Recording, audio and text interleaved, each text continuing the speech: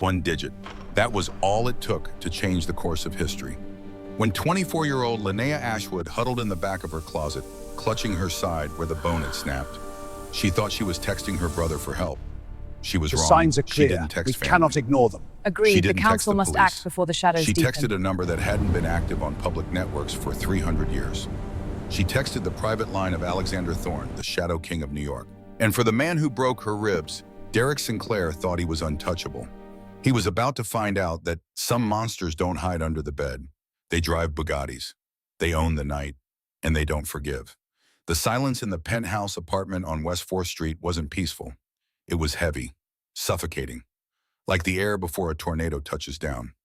Linnea tried not to breathe too deeply. Every inhale felt like a serrated knife dragging against the inside of her chest. She was curled into a ball behind the winter coats in the master bedroom closet, the smell of cedar and mothballs doing little to mask the metallic tang of blood in her mouth. 10 minutes ago, Derek Sinclair, the man she had dated for 2 years, the man who was currently a junior partner at Stevens & Gale law firm, had finally snapped. It wasn't about the dinner being cold. It wasn't about her staying late at the Rare Archives division. It was because she had found the second phone, the burner phone taped under the drawer of his antique mahogany desk. When she confronted him, the charm that had wooed her, the smile that had convinced her parents he was the one, evaporated. In its place was a cold, jagged rage. He hadn't yelled. Derek never yelled. He just walked over, calm as a surgeon, and shoved her. Not a stumble backward shove, but a calculated force that sent her crashing into the granite kitchen island. The sound of her rib cracking had been louder than her scream. "You shouldn't snoop, Linnea," he had said, adjusting his cufflinks. "Now look what you made me do. Go clean yourself up. We have the gala at the Met tonight."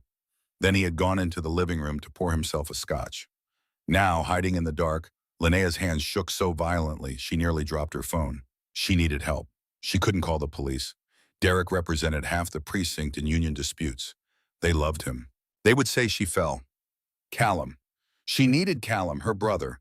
She swiped her thumb across the cracked screen, her vision blurring from the pain. Her contacts list was a mess, and her fingers were slippery with sweat and fear.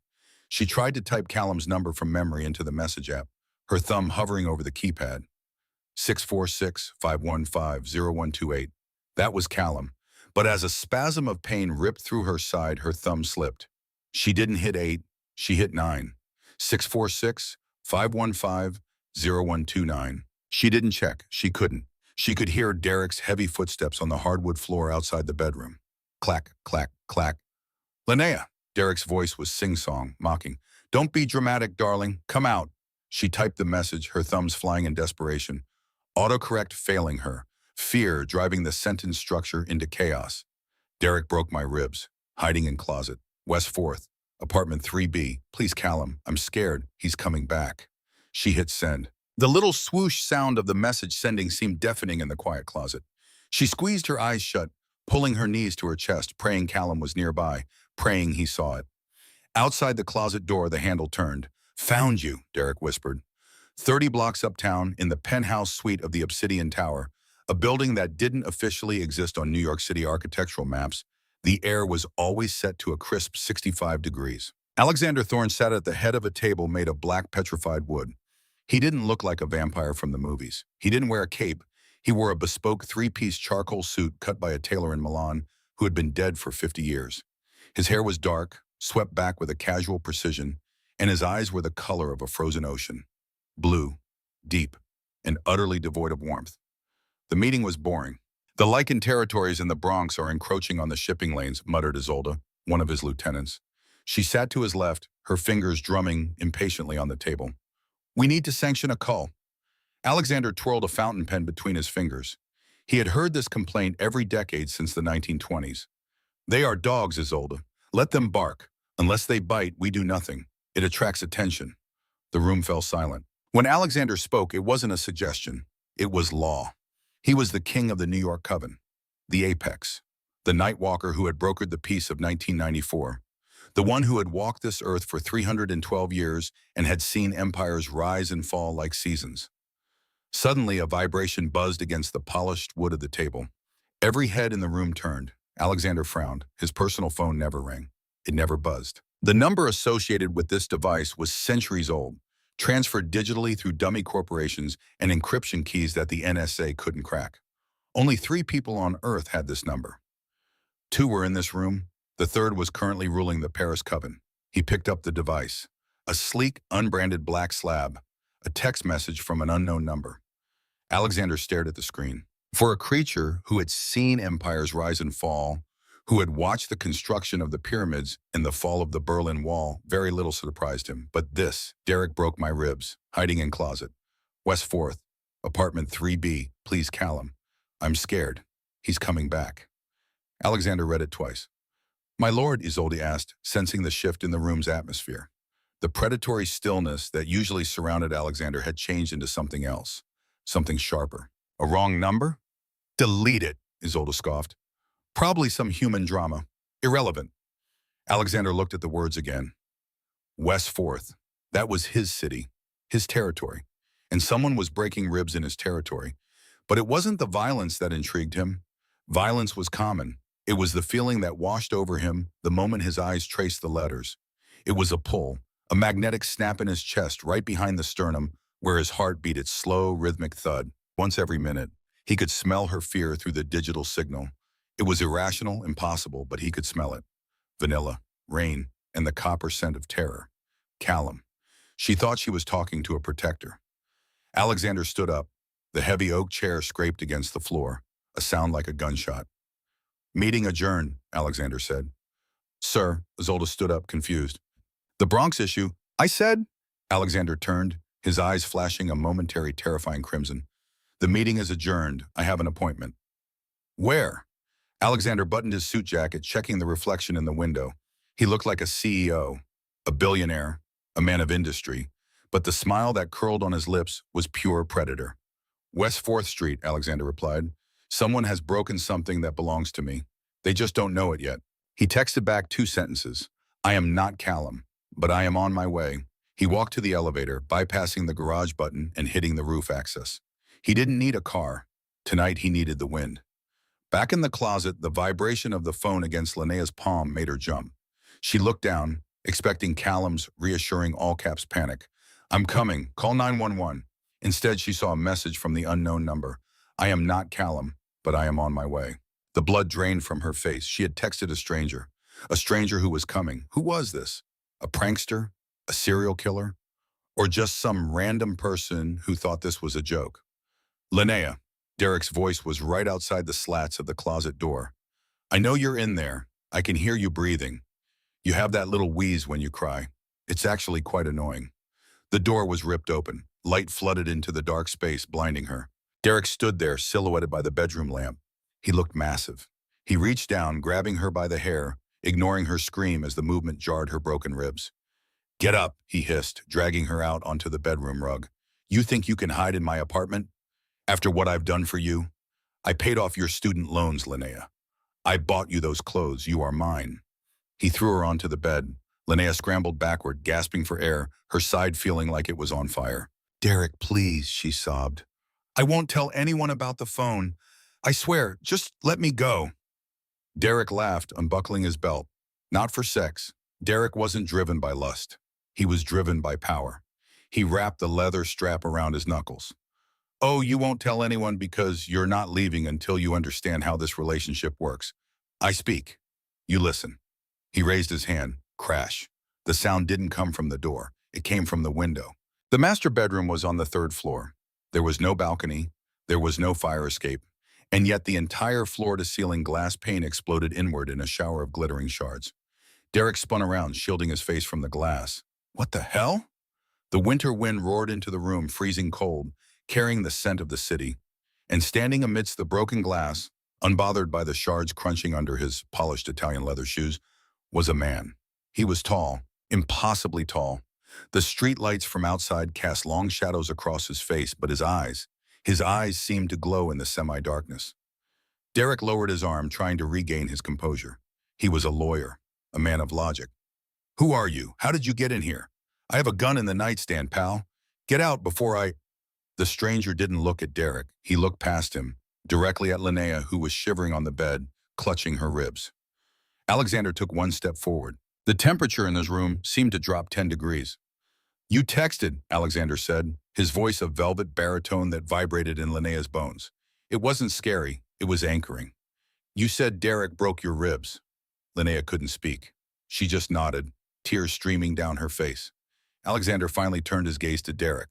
It was like a lion looking at a cockroach. You broke her ribs, Alexander stated. It wasn't a question. Derek puffed up his chest, trying to use his height, his gym muscle bulk. She's my girlfriend. This is a domestic dispute. Get the hell out of my house before I sue you for everything you own. Alexander tilted his head. Sue me?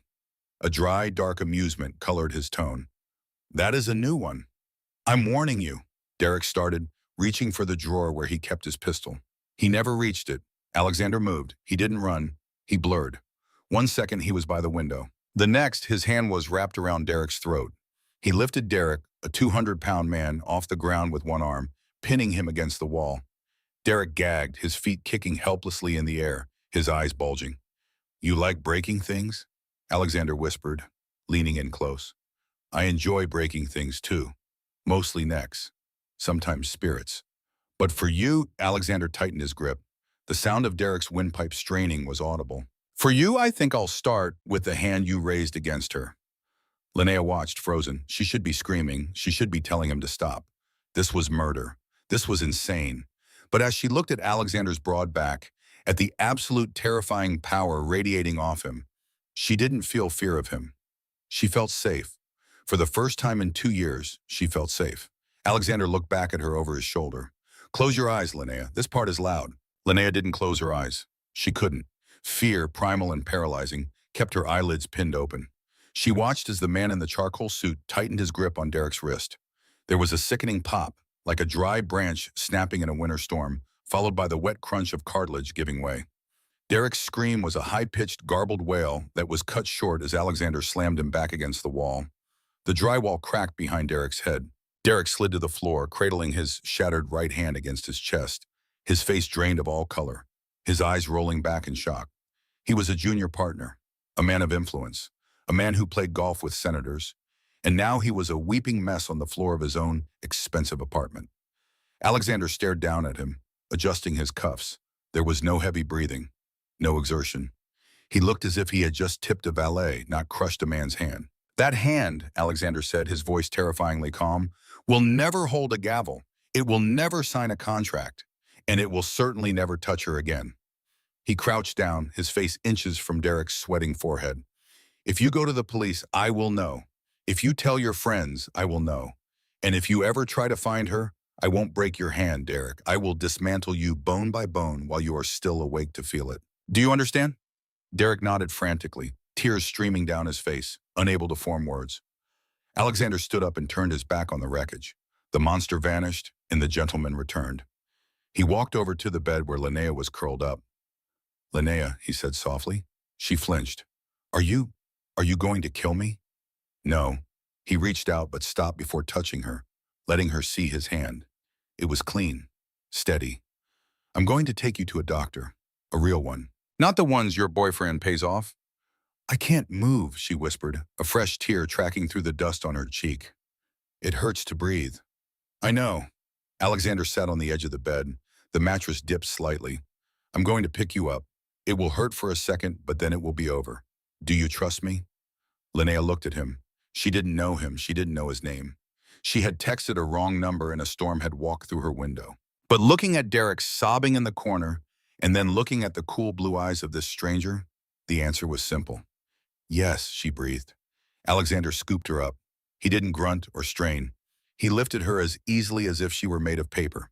He held her high against his chest, one arm supporting her legs, the other supporting her back, careful to avoid the broken ribs. His body was hard, like marble, and cool to the touch. He smelled of expensive cologne, old paper, and something metallic, like rain on iron. He walked out of the bedroom, stepping over the broken glass without looking down. He carried her through the living room, past the photos of her and Derek smiling in the Hamptons. Lies, all of them. And out the front door. They didn't take the elevator. Alexander moved to the stairwell. He moved with a fluidity that made Linnea dizzy. He didn't seem to walk down the stairs so much as glide. By the time they reached the lobby, the doorman, an older man named Jerry who usually slept on the job, looked up. His eyes widened. Miss Ashwood, Jerry stammered, looking at the shattered glass on Alexander's shoulders and the limp woman in his arms. Is everything... Should I call the cops? Alexander didn't stop. He turned his head slightly, locking eyes with Jerry. Miss Ashwood had a fall, Alexander said smoothly. I am taking her to the hospital. You didn't see anything else, Jerry. You were asleep. Jerry blinked, his expression going slack. I was asleep. Yes, have a good night. Alexander pushed through the heavy brass doors onto the street.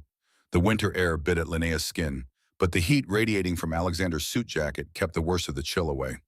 Parked directly in front of a fire hydrant, a spot that would earn anyone else a ticket or a tow, was a car that looked like a spaceship. It was a Bugatti La Voiture Noire, jet black, sleek, worth more than the entire apartment building they had just left. Alexander managed to open the passenger door while still holding her, depositing her gently into the leather bucket seat. He leaned in to buckle her seatbelt, his face inches from hers. For a second, his eyes dilated, the pupils swallowing the blue irises. He took a shallow breath near her neck. Linnea's heart hammered against her broken ribs. Who are you? She whispered. He pulled back, the mask of humanity sliding back into place. I am the man who replied, he said simply. He shut the door and walked around to the driver's side. The engine roared to life, a low guttural growl that vibrated through the chassis.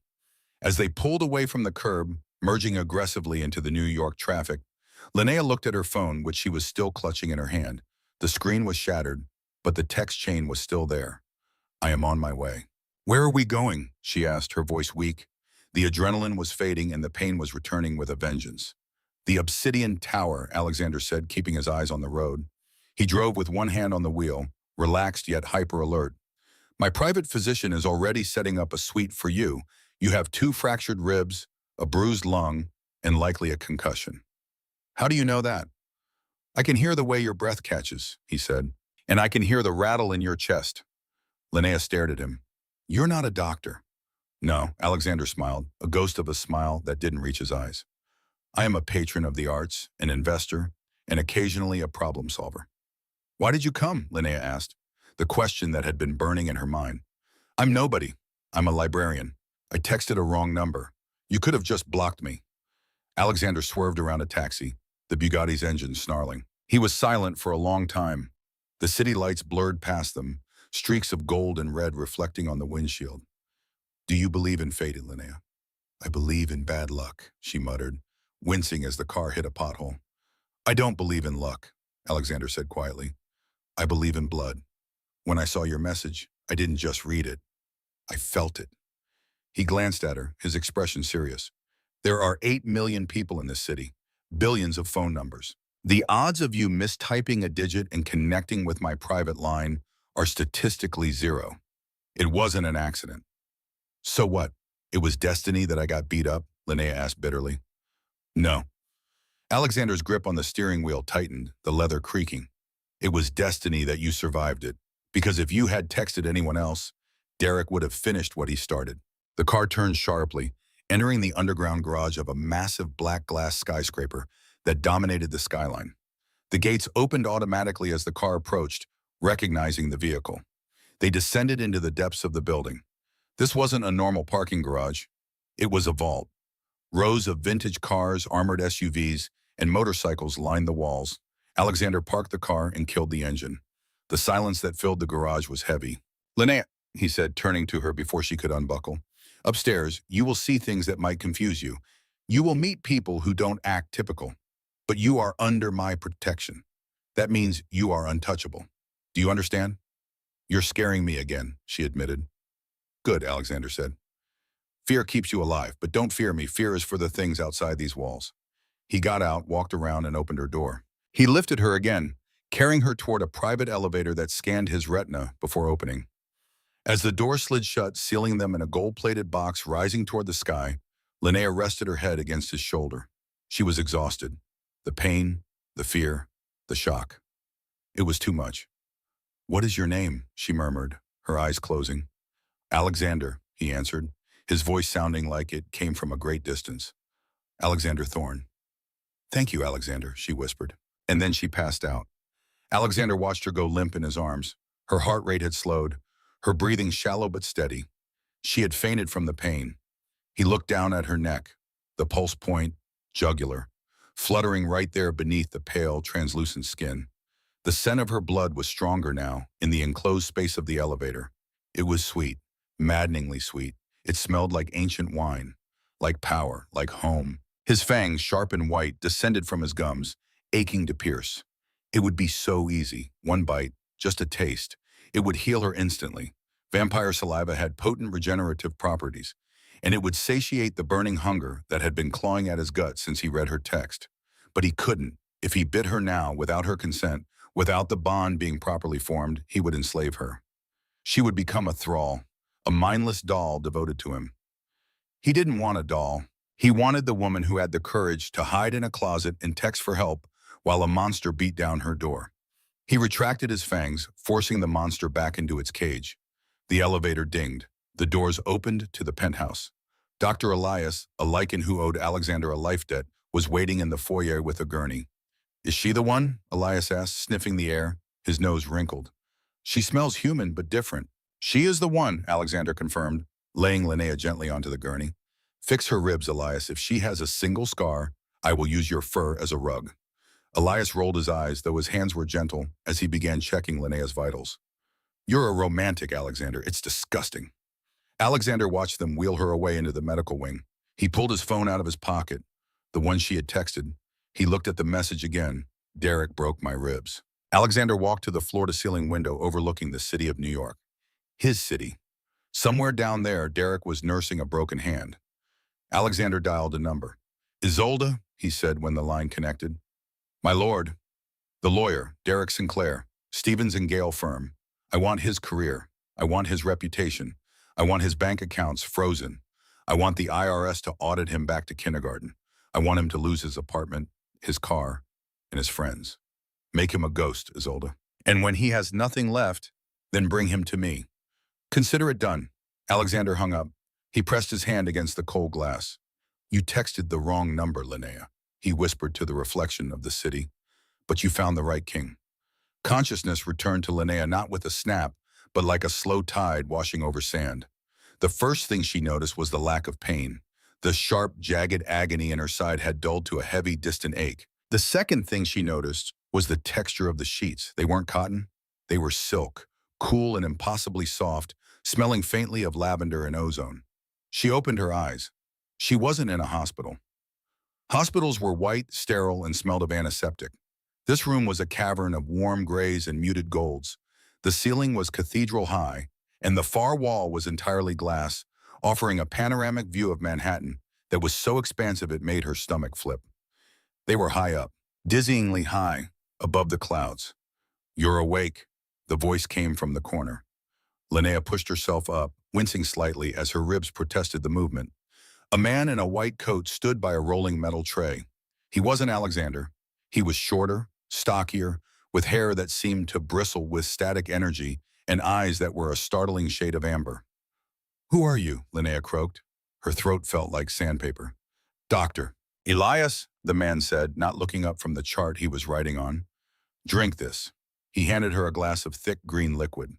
"What is it?"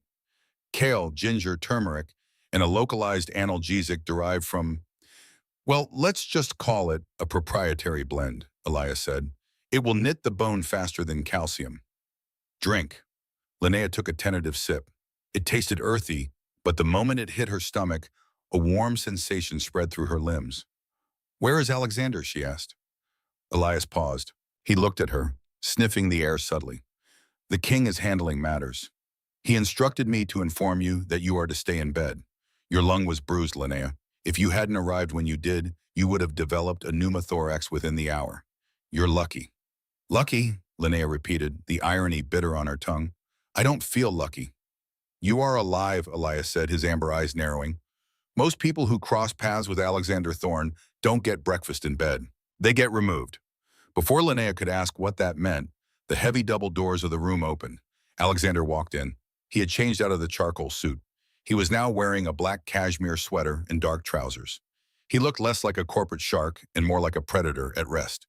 He held a silver tray with a teapot and a single porcelain cup. "Thank you, Elias," Alexander said. It was a dismissal.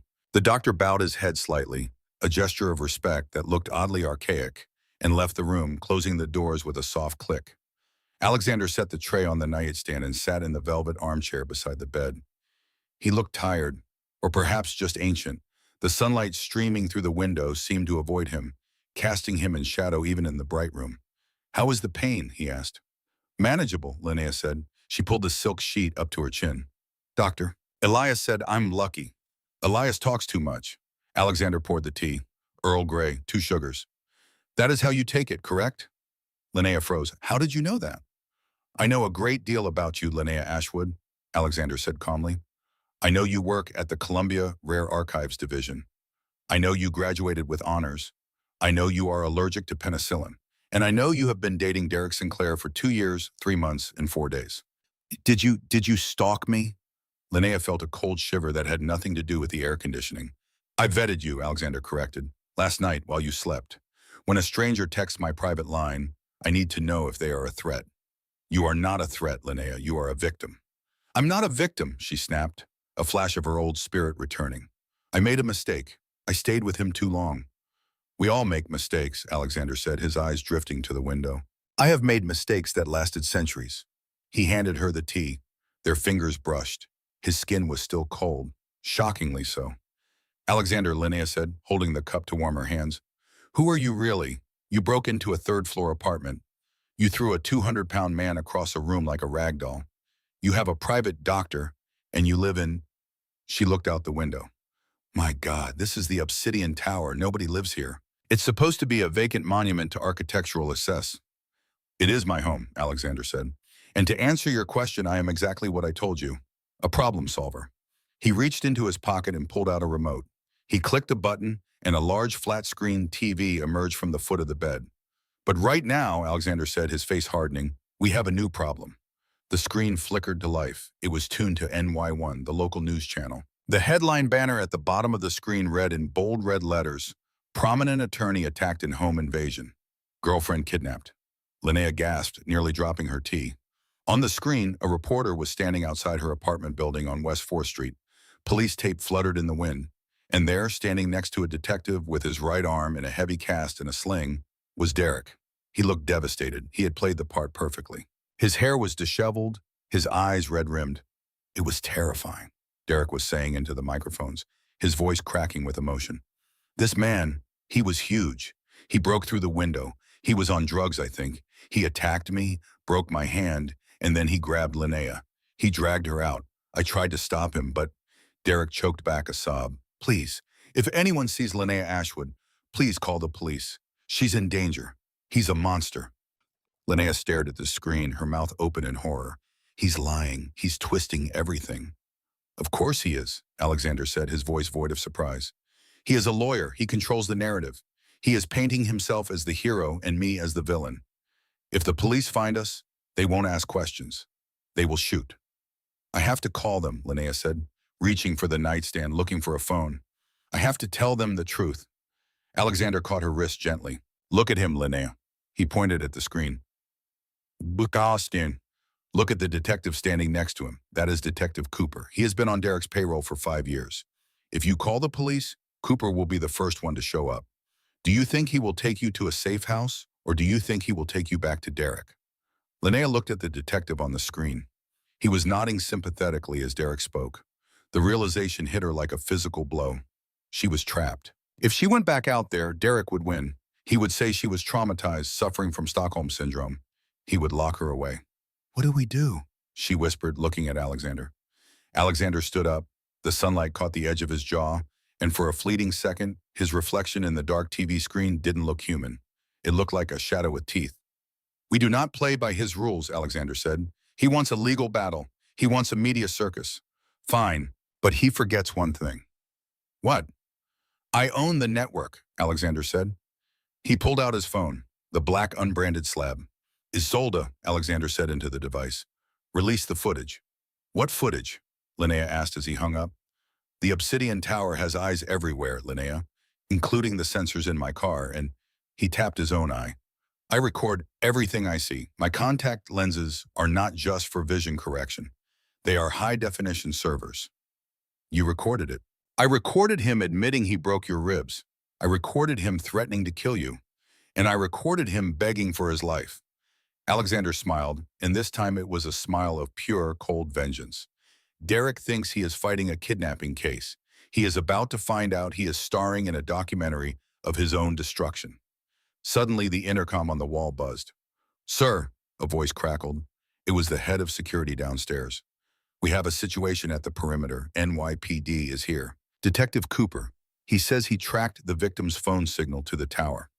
Linnea stopped breathing. "They're here." Alexander buttoned his cuffs. He didn't look worried. He looked bored. "Stay here, Linnea. Watch the TV." "What are you going to do?" she cried, clutching the sheets. "You can't fight the NYPD." Alexander walked to the door. He paused, looking back at her. The daylight seemed to bend around him, terrified to touch him. "I don't intend to fight them," Alexander said. "I intend to buy them." He walked out. Linnea turned her attention back to the TV. The news feed cut away from Derek. The anchor looked confused, pressing a hand to her earpiece. "Breaking news," the anchor said, looking stunned. We have just received an anonymous digital drop. A video file. It appears to be inside the apartment on West 4th Street. Linnea watched as the screen shifted. It was shaky, grainy footage, clearly taken from a first-person perspective. Alexander's perspective. The audio was crystal clear. "You shouldn't snoop, Linnea. Now look what you made me do." Derek's voice. "I'm warning you. I'll sue you for everything you own. You broke her ribs." The entire city of New York was watching. Derek's facade was crumbling in real time, broadcast to millions. But downstairs, the danger wasn't digital. It was physical. Alexander stepped out of the elevator into the marble lobby of the Obsidian Tower. Through the revolving glass doors, he could see 5 police cruisers and a SWAT van. Detective Cooper was banging on the glass, shouting orders. Alexander smoothed his sweater. He could smell the gunpowder in their clips. He could hear their heartbeats, fast, aggressive. He walked toward the doors. He wasn't armed. He didn't need to be. He opened the doors and stepped out into the cold January air. "Gentlemen," Alexander's voice boomed, silencing the sirens. "You seem lost." Detective Cooper stepped forward, hand on his holster. "Alexander Thorne, we know she's in there. Hand over the girl and we won't burn this place down." Alexander looked at Cooper. He looked at the SWAT team. Then he looked up at the sky, where the sun was hidden behind a thick bank of gray clouds. "Perfect. You are trespassing, Detective," Alexander said softly, "and I am in a very bad mood." Cooper drew his gun. "Get on the ground, now." Alexander didn't get on the ground. He took a step forward. His eyes began to bleed from blue to crimson. The air pressure on the street dropped, ears popping as an invisible wave of power rolled off him. "I think," Alexander whispered, his voice carrying directly into Cooper's ear despite the distance, "it is time you learned who really runs this city." The gunshot was loud, a crack of thunder that echoed off the skyscrapers of Midtown. Detective Cooper had pulled the trigger. He hadn't meant to. His finger had slipped on the sweat-slicked trigger guard, driven by the primal fear radiating from the man in the cashmere sweater standing 10 feet away. The bullet, a 9mm hollow point, left the barrel at 1,200 feet per second. It was designed to expand on impact, to tear through flesh and shatter bone. It was aimed directly at Alexander's chest. Linnea, watching from the penthouse 80 floors above, screamed, her hands pressing against the cold glass of the window. But on the street, time seemed to warp. To the SWAT team watching through their scopes, it looked like a glitch in a video recording. One moment, the bullet was in the air. The next, Alexander was standing 2 feet to the left. He hadn't ducked. He hadn't dived. He had simply shifted. The bullet struck the revolving glass door behind him, spiderwebbing the reinforced pane, but failing to penetrate. Silence descended on the street. It was absolute. Alexander brushed a speck of invisible dust from his shoulder. He looked at Detective Cooper, whose gun was now shaking uncontrollably. "That," Alexander said, his voice dropping to a register that vibrated in the chests of every officer present, "was a mistake." He moved. This time he didn't blur. He walked. But he walked with such terrifying purpose that the SWAT team lowered their rifles, paralyzed by an instinct that screamed, "Predator." Alexander closed the distance to Cooper in 3 strides. He reached out and wrapped his hand around the barrel of the gun. With a casual twist of his wrist, the steel crunched. The slide bent. The barrel collapsed. The weapon became a useless lump of metal in Cooper's hand. Cooper gasped, dropping the gun as if it were red hot. What are you?" "I am the man who pays the mayor's salary," Alexander whispered. leaning in. His eyes were swirling crimson now. A hypnotic, terrifying red that locked Cooper's gaze. And I am the man who just uploaded your bank statements to the police commissioner's inbox. The payments from Derek Sinclair, the bribes, the falsified evidence lockers. It's all public, Cooper. Cooper's radio crackled to life. Cooper, stand down. Repeat, stand down. It was the captain. We have a video. It's everywhere, Sinclair confessed. He broke the girl's ribs. The kidnapping charge is bogus. Abort. Cooper stumbled back, his face gray. He looked around at his fellow officers. They weren't looking at Alexander anymore. They were looking at Cooper. Cuff him, Alexander ordered. He didn't shout. He didn't have to. Two officers, young rookies who had seen the viral video on their phones moments before, stepped forward. They hesitated only a second before grabbing Cooper's arms. You can't do this, Cooper screamed as they dragged him toward the patrol car. I'm a detective. He's a monster. Look at his eyes. Look at his eyes. But when the officers looked back at Alexander, the crimson was gone. His eyes were blue again, cold, icy, but human. And Alexander turned to the remaining SWAT leader. My lawyers will be in touch regarding the damage to my front door. Have a pleasant evening, gentlemen. He turned and walked back into the obsidian tower, the glass doors parting for him like the Red Sea. Back in the penthouse, Linnea was sitting on the edge of the bed, trembling. She had seen it all. The speed, the strength, the way the police had obeyed him. When Alexander walked through the bedroom doors, he stopped. He looked at her, searching for fear. He found it. But he found something else, too. Oh, you're not just a problem solver, Linnea whispered. Alexander walked over to the minibar and poured a glass of whiskey. He downed it in one swallow. No. What are you? He set the glass down. He turned to face her, bracing himself for the screaming, for the running. I am a vampire, Linnea. I am 312 years old. I own this building. I own half this city, and I drink blood to survive. He looked at her directly, waiting. Linnea was quiet for a long moment. Okay, she said. Alexander blinked. Okay. Derek was a human, Linnea said, her voice gaining strength. He was a partner at a law firm. He went to church on Sundays, and he broke my ribs because I found a phone. She stood up, holding her side, and took a step toward him. You are a monster, but you carried me 80 flights so I wouldn't be in pain. You destroyed him without touching him. You saved me. She took another step. You said you felt a pull, she said, when I texted you. Alexander nodded, his expression softening. We call it the sanguis vinculum. It is rare. It happens perhaps once in a millennium. When a human is in mortal distress and their soul cries out, sometimes it resonates with a vampire who is meant to be their counterpart. Counterpart. Mate, Alexander corrected. The word hung heavy in the air. I felt your pain, Linnea. When your ribs snapped, my own chest ached. When you were terrified in that closet, I felt the darkness closing in. I didn't come just to be a hero. I came because a part of me was dying. He stood before her, terrified of his own power. I can wipe your memory. I can give you a check for $10 million and send you to Paris. You can forget the monsters exist. You can be safe. Linnea looked up at him. She saw the loneliness in his eyes. Centuries of it. She saw the violence he was capable of. Yes, but she also saw the restraint. She reached out and took his hand. His skin was cold, but her palm was warm.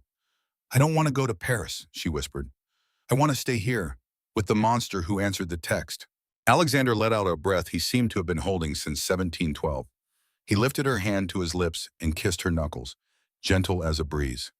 Then stay, he vowed. The next 2 weeks passed in a strange, suspended reality. Linnea healed. The blood tea that Alexander gave her each morning, just a few drops of his own blood mixed with Earl Grey, accelerated the process. Her ribs knit faster than any human medicine could achieve. Her bruises faded from purple to yellow to nothing. But more than her body healed, something else was changing. Her hearing sharpened. She could hear conversations from 3 rooms away. Her vision improved, especially at night. The darkness no longer frightened her. It welcomed her. Alexander explained the vampire world in fragments. There were 5 covens in North America. A council of elders governed them all, 7 ancient vampires who had walked the earth for over 1,000 years. Humans could exist in this world in 3 ways. As thralls, mindless servants compelled to obey, as companions, aware but mortal, or as mates bound by the sanguis vinculum. Which am I? Linnea asked one evening as they sat on the rooftop terrace, the city sprawling below them like a circuit board of light. You are my mate, Alexander said simply. The bond is forming, slowly, with your consent. And if I wanted to leave? Then I would let you go, Alexander said. I would hate it, but I would let you go. Linnea believed him. Their days fell into a rhythm. Mornings, she would wake in silk sheets, drink her blood tea, and watch the sunrise from the penthouse windows. Alexander couldn't join her. The sun was still too harsh for him, but he would watch from the shadows, his expression soft. Afternoons, she explored the tower. Alexander's library was a cathedral of books, some so old their pages crumbled at the edges. One afternoon, she found a manuscript on a pedestal, surrounded by notes in a dozen different languages. What is this? She asked Elias, who happened to be passing by. A problem, Elias said. 500-year-old medical text, written in a dead dialect. The king's scholars have been trying to decode it for 50 years. Linnea looked at the manuscript. The script was familiar, medieval Latin but with cipher elements woven through it. May I try? Elias shrugged. Be my guest. 30 minutes later, Linnea had not only translated the text but had found a hidden message embedded in the first letter of every seventh word. Alexander found her in the library, surrounded by papers, her eyes bright with excitement. I decoded it, she said, and there's more. Look. She showed him the cipher. The hidden message revealed the location of a cache of medical knowledge thought lost in the Great Fire of London. Alexander stared at her. My scholars worked on this for half a century. It's what I do, Linnea said a bit defensively. Rare manuscripts, medieval ciphers. You just never asked. Alexander laughed. A real laugh, deep and genuine. You are full of surprises, Linnea Ashwood. That night, Dr. Elias came to Alexander's office with a troubled expression. We need to talk about the girl's blood work. Alexander looked up from his desk. Is something wrong? Not wrong, unusual. Elias laid out a series of test results. She has silver resistance markers in her DNA. Alexander went very still. What does that mean? It means she's descended from Hunter bloodline. Van Helsing, most likely. Her great-great-grandmother was probably a vampire hunter. Alexander stood up slowly. That's impossible. The sanguis vinculum doesn't work with hunter blood. The genetics are incompatible. It would reject. Unless, Elias interrupted, it's not rejection, it's balance. Hunter blood times vampire king equals cosmic equilibrium. Alexander, this isn't an accident. This is prophecy. Alexander sat back down. The council will kill her. The council will try, Elias corrected, but first they have to find out. They found out 3 days later. Alexander was summoned to an emergency session, not in person. The elders rarely left their sanctuaries, but via holographic projection. 7 figures materialized in Alexander's conference room, translucent and shimmering. The Council of Elders. Each one had lived over 1,000 years. Their power was absolute. Elder Matthias, the eldest, spoke first. Alexander Thorne, you have bonded with a human of Hunter bloodline. It wasn't a question. I have, Alexander said calmly. This violates the Treaty of Prague, signed in 1643. No vampire shall mate with Hunter blood. The penalty is death for both parties. The treaty is outdated, Alexander said. It was written during a war that ended centuries ago. The treaty, Elder Matthias said coldly, is eternal. You have 7 days to kill the girl, or you abdicate your throne. If you refuse both, we will execute you ourselves. The projections vanished. Alexander stood in the empty room, his hands clenched into fists. Linnea had been listening from the doorway. She stepped into the room, her face pale but determined.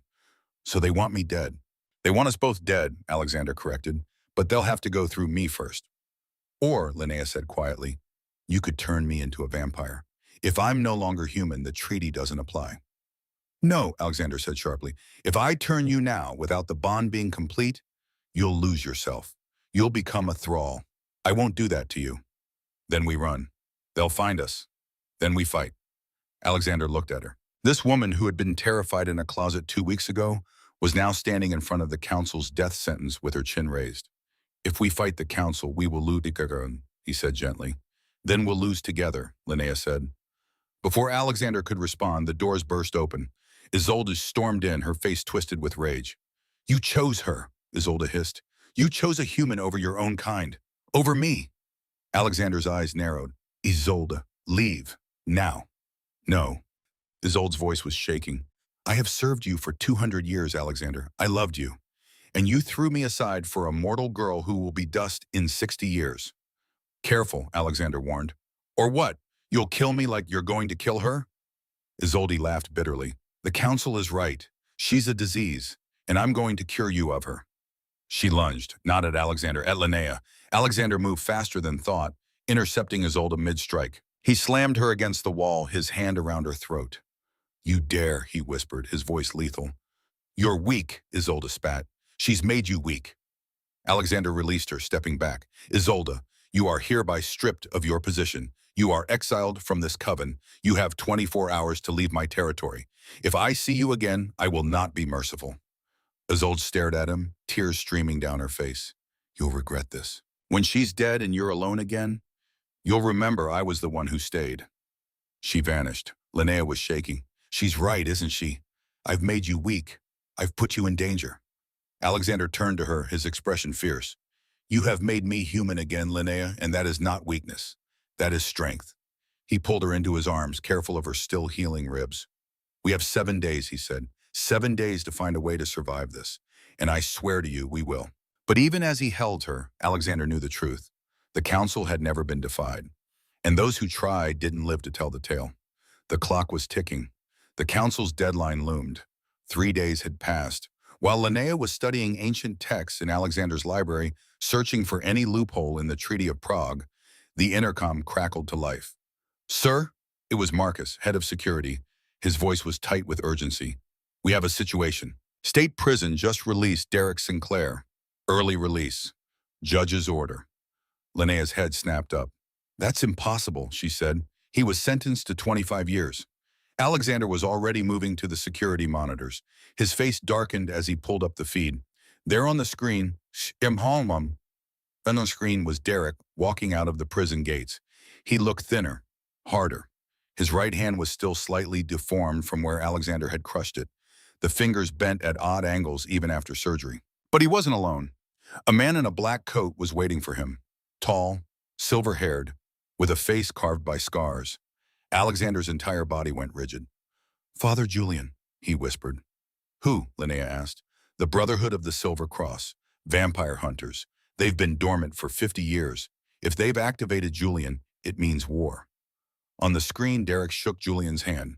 The gesture was deliberate, a pact. Alexander turned off the monitor. They're coming here, he said. Not today, but soon. Julian doesn't rush. He plans. He studies. He finds every weakness, and then he strikes at noon when we're at our most vulnerable. How do you know? Because he's killed 3 vampire kings before me, and he's never failed. Linnea stood up, her heart pounding. Then we leave. We run. You said the council gave us 7 days. We use that time to disappear. Alexander looked at her. His expression was infinitely sad. I am the king of New York, Linnea. I don't run. If I abandon my territory, the council will give it to someone else. Every vampire, every lichen, every supernatural creature under my protection will be slaughtered in the power vacuum. Hundreds of innocents. I can't let that happen. So you'll die instead? I'll fight, Alexander corrected. And if I fall, at least I fall standing. Linnea grabbed his arm. Then I fight with you. No. Yes, she said fiercely. You don't get to save me and then ask me to hide while you die. I'm not that person anymore, Alexander. I won't be. He cupped her face gently. You are mortal. You are breakable. And you are everything to me. If something happened to you, then we make sure nothing happens to either of us, Linnea interrupted. You said I have hunter blood, so teach me to use it.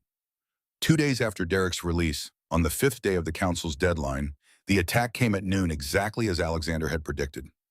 Linnea was in the training room with Dr. Elias, learning to handle silver weapons.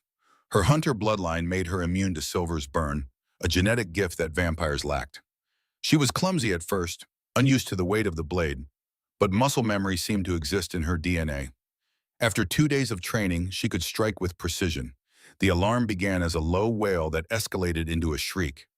Perimeter breach, Marcus's voice boomed through the speakers. South entrance, multiple hostiles, silver ordnance, UV grenades. This is not a drill.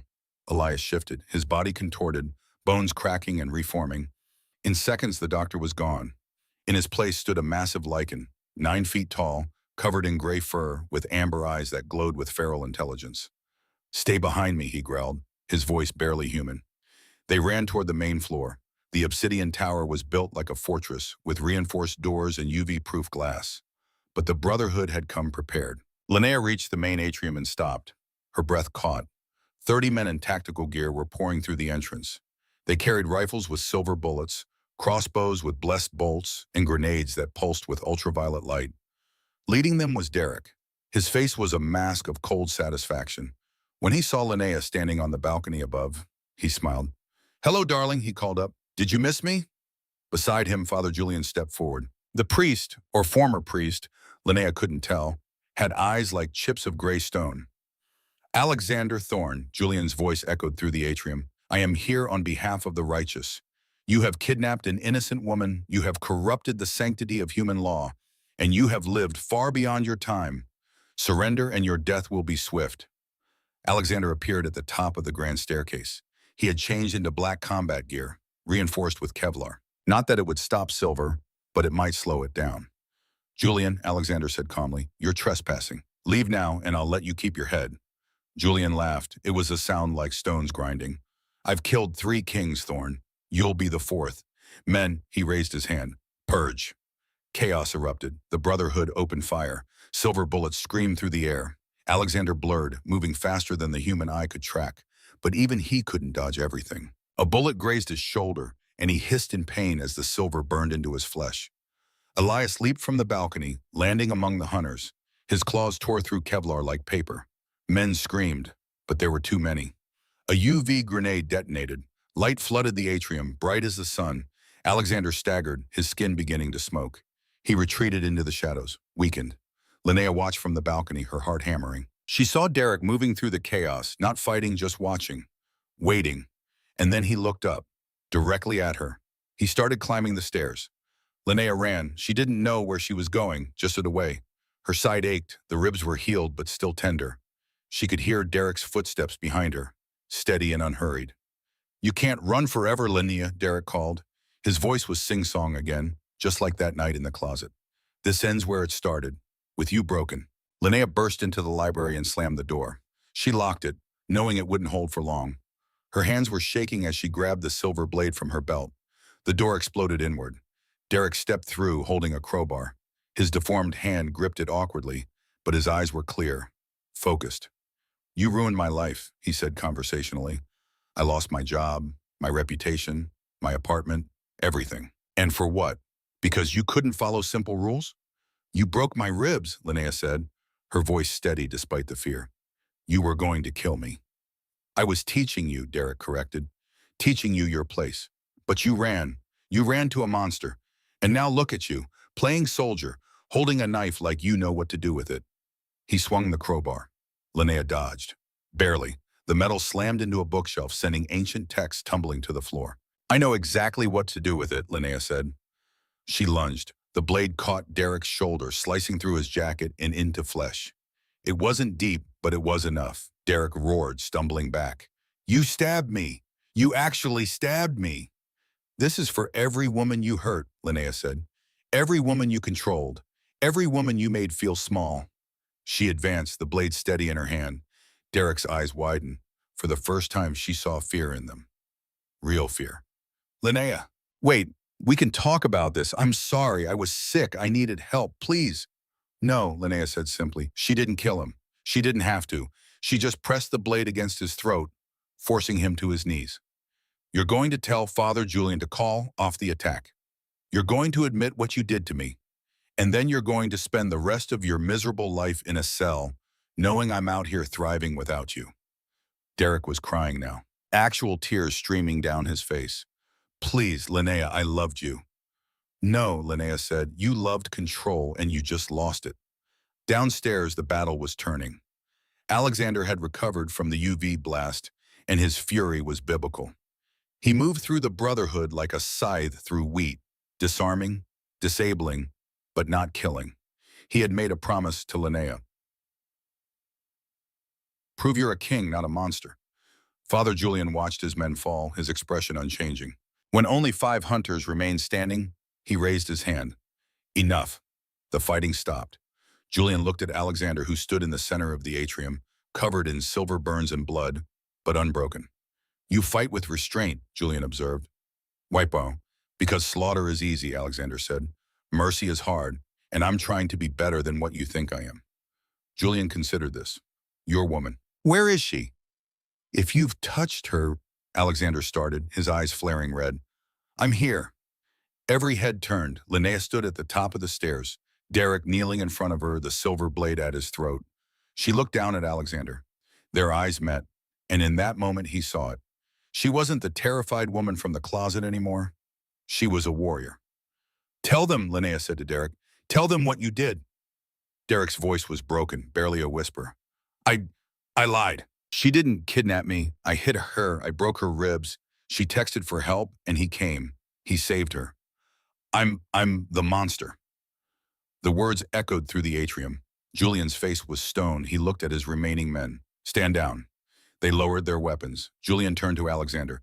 It seems we were misinformed. The Brotherhood does not fight for abusers. We hunt monsters. And it appears the only monster here is human. He walked toward the exit, then paused. Alexander Thorne, you spared my men when you could have killed them. I will remember this. The next time we meet, it may be as allies rather than enemies. He left, his men following. Derek was dragged out by 2 security guards, still weeping, bound for a prison cell with no early release this time. The obsidian tower was silent. Linnea descended the stairs slowly, the adrenaline fading, leaving exhaustion in its wake. Alexander met her halfway, pulling her into his arms. You fought him, Alexander whispered into her hair. You won. We won, Linnea corrected, but the victory was short-lived. A cold wind swept through the atrium, though all the doors were closed. The temperature dropped 20 degrees in seconds. Frost formed on the windows. 7 figures materialized, translucent at first, then solidifying. The Council of Elders. They had come in person. Elder Matthias stepped forward, his ancient face expressionless. The 7 days are not yet complete, Alexander said carefully. We have 2 more days. The days are irrelevant, Matthias replied.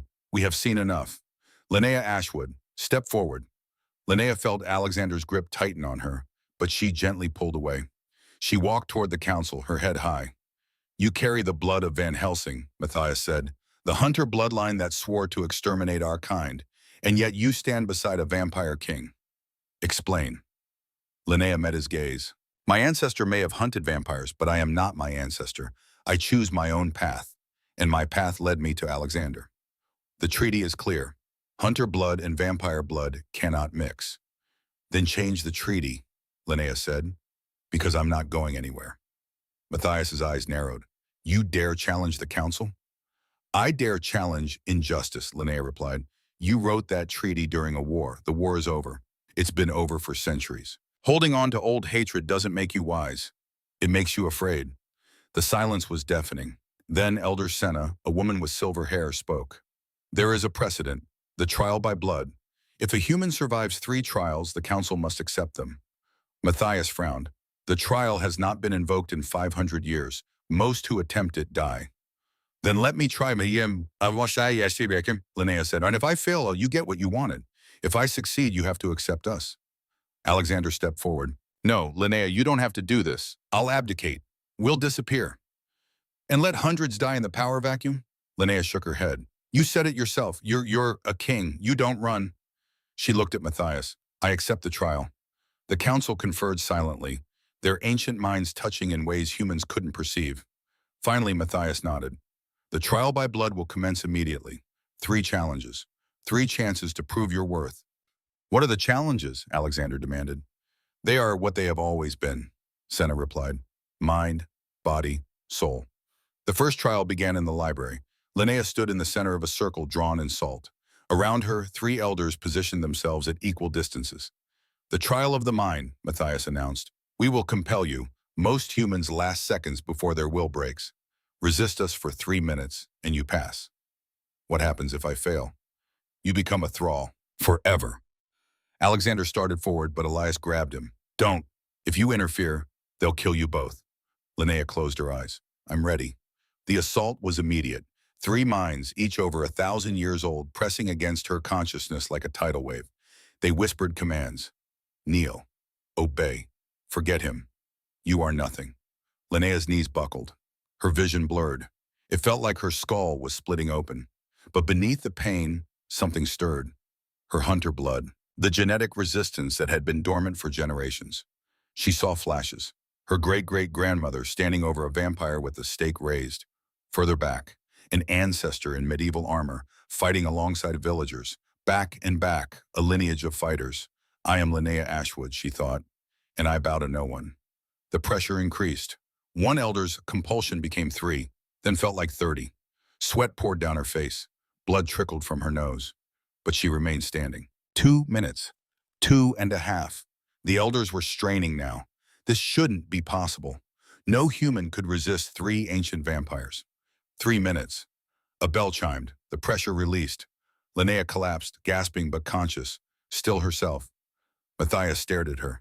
Impossible. Hunter blood, Senna said softly. The resistance is genetic. She cannot be compelled. She passed, Alexander said, relief flooding his voice. First trial, she passed. There are 2 more, Matthias said coldly. The second trial was combat. They moved to the training room. A circle was drawn in the center. The trial of the body, Elder Kieran announced.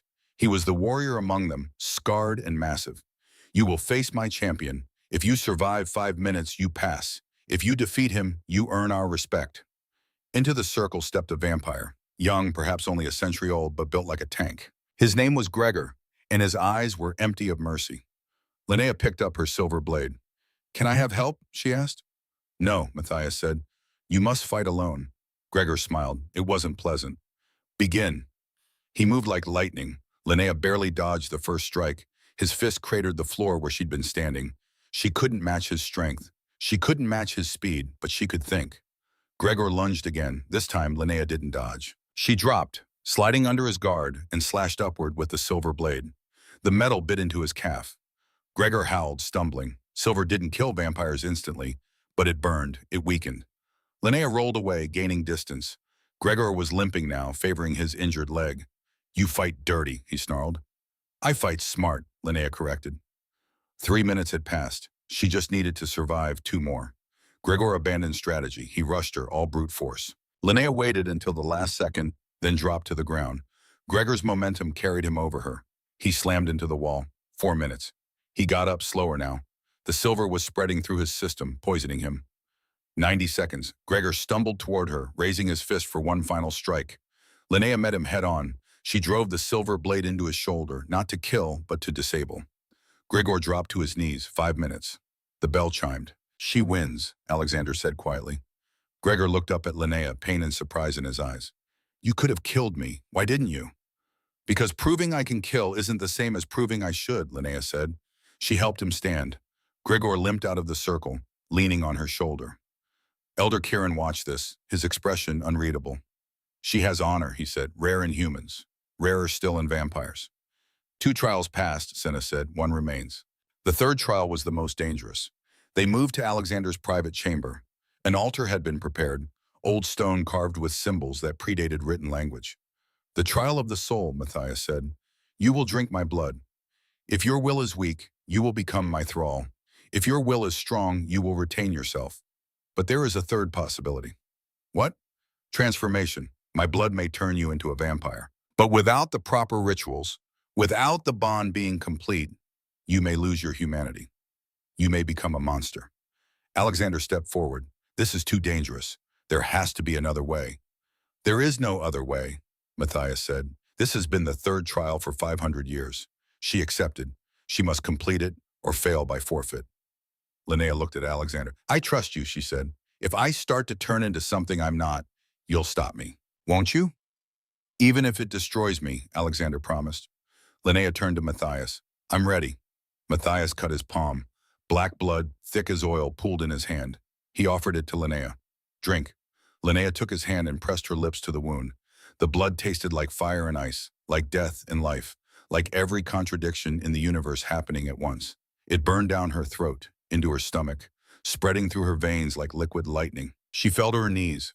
The world dissolved. She was in the closet again. Derek's footsteps outside, fear like a living thing in her chest. You are weak. You are broken. You are nothing. Derek's voice. But it wasn't Derek. It was her own mind, her own doubts-given voice. No, Linnea thought. I survived. I'm stronger than you. The closet vanished. She was in a forest, night sky above, but the moon was wrong. Too large, too red. Matthias stood before her, but he was 30 feet tall. made of shadow. You think you can join us? You are mortal, fragile, temporary. I am human, Linnea said, and that's not a weakness. It's a gift. I know my time is limited. That makes every moment precious, every choice matter. You've lived 1,000 years and forgotten what it means to truly live. The shadow Matthias wavered. The forest changed. She was standing in a void, empty, infinite. A voice, her own voice, whispered, "If you drink this blood, you will change. Are you ready to lose yourself?" Linnea thought of Alexander, his loneliness, his centuries of isolation, his desperate hope when he looked at her. "I'm not losing myself," she said. "I'm becoming who I was always meant to be." Light exploded. Linnea gasped, her eyes flying open. She was back in Alexander's chamber, on her knees. But something was different. She could hear everything, every heartbeat in the building. The wind against the windows 80 floors up, the traffic a mile away. She could smell the silver in the weapons cache 3 rooms over, the blood in Alexander's veins, the age in the elders' bodies. She looked at her hands. They were still her hands, still human. But when she focused, she could see the veins beneath the skin, glowing faintly with light. Not red, silver blue. Elder Senna gasped. "Look at her eyes." Linnea stood up and walked to a mirror. Her reflection showed eyes that were no longer simple brown. They were flecked with silver, like stars in a night sky. Matthias approached slowly, staring at her. "What are you?" he whispered. "I'm still Linnea," she said. Her voice was the same, but there was a resonance to it now. "I'm still human. I can feel it. My heart beats. I need air. I need food. But I'm also something else." She walked to the window. Sunlight streamed through the glass. She put her hand into the beam. It didn't burn. Alexander's breath caught. "She walks in sunlight," he said. "That's impossible." Elder Senna pulled out an ancient tome, flipping through pages frantically. "The prophecy," she breathed. "I thought it was myth." She read aloud. "When hunter blood bonds with Shadow King, when mortality touches eternity, when fear becomes love, the crimson dawn breaks. The first daywalker shall rise, neither human nor vampire, but both, the bridge between worlds." Matthias stared at Linnea. "You are the first in recorded history, a daywalker." "What does that mean?" Linnea asked. "It means you have vampire abilities, strength, speed, healing, but you retain your humanity, your mortality. You can walk in the sun, you can enter holy ground, you are immune to silver. You are perfect," Alexander finished. He was looking at Linnea with wonder. "You're perfect." Matthias was silent for a long moment. Then he knelt. One by one, the other elders followed. "The prophecy is clear," Matthias said. "The daywalker must be accepted. The treaty is void. Linnea Ashwood, you are recognized as Alexander Thorne's mate, and you are under the council's protection." He stood. "But know this, you are the first. You will not be the last. Others will seek this power. Others will try to recreate what has happened here. Your life will be filled with danger." "It already is," Linnea said, reaching for Alexander's hand. "At least now I can fight back." The elders faded, their corporeal forms dissolving like mist. Linnea and Alexander stood alone in the chamber. "How do you feel?" he asked. Linnea thought about it. She felt strong. She felt alive. She felt like herself, but more. "I feel like I could run a marathon, or sleep for a week, I'm not sure which." Alexander laughed, pulling her close. "You terrified me, all 3 trials. I thought I'd lose you." "You're stuck with me now," Linnea said. "For a very long time. Elias said daywalkers live for centuries. Maybe not as long as you, but long enough." "Long enough," Alexander agreed. He kissed her. It was gentle at first, then deeper. When they broke apart, Linnea was breathless in a good way. "What happens now?" she asked. "Now," Alexander said, "we live." 6 months later, the Metropolitan Museum of Art was transformed. The annual charity gala theme, Midnight in the Garden, had attracted every socialite, politician, and billionaire in New York. The Temple of Dendor was draped in black roses and silver candlelight. Orchestra music floated through the air. But the room went silent when the couple at the top of the stairs arrived. Alexander Thorne wore a tuxedo that fit him like a second skin. His hair was perfectly swept back, his eyes that impossible shade of blue. But nobody was looking at Alexander. They were looking at Linnea. She wore a gown of deep midnight blue velvet that hugged her frame, trailing behind her like a shadow. Her hair was swept up, revealing the graceful line of her neck. Around her throat hung a necklace, a single massive obsidian stone set in platinum. She didn't look like the librarian who used to hide in the back of the Rare Archives division.